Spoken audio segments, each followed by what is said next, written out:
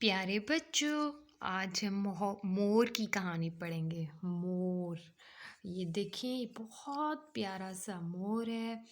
ये इसके पाँव हैं, ये देखिए, ये इसके पर हैं और ये बहुत खूबसूरत होते हैं। ये ग्रीन सब्ज रंग के हैं, ग्रीन कलर सब्ज रंग के।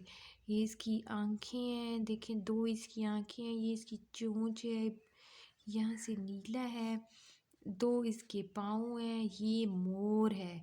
क्या है? मोर है। बहुत प्यारा होता है और ये अपने पर पूरे जब खोलता है तो ये बहुत ही ज़्यादा हसीन लगता है और बहुत बड़ा है। ये देखिए, यहाँ तक इसके पर जा रहे हैं। इनके जो ये वाले पर होते हैं, इन ये जब गिरते हैं तो ज़्यादातर लोग इनको संभाल कर रखते हैं।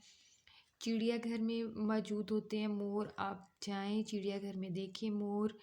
मोर रंग बिरंगे परों वाला होता है। दो इसके पाँव होते हैं, दुम है इसकी, परिंदे के जैसा है।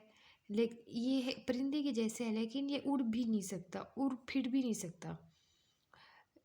ठीक है ना? जैसे परिंदे उड़ते हैं, परिंदों के पर होते हैं, वो तो उड़े होते हैं, लेकिन मोर के पर भी हैं, लेकिन ये परिंदों की तरह नहीं उड़ सकता।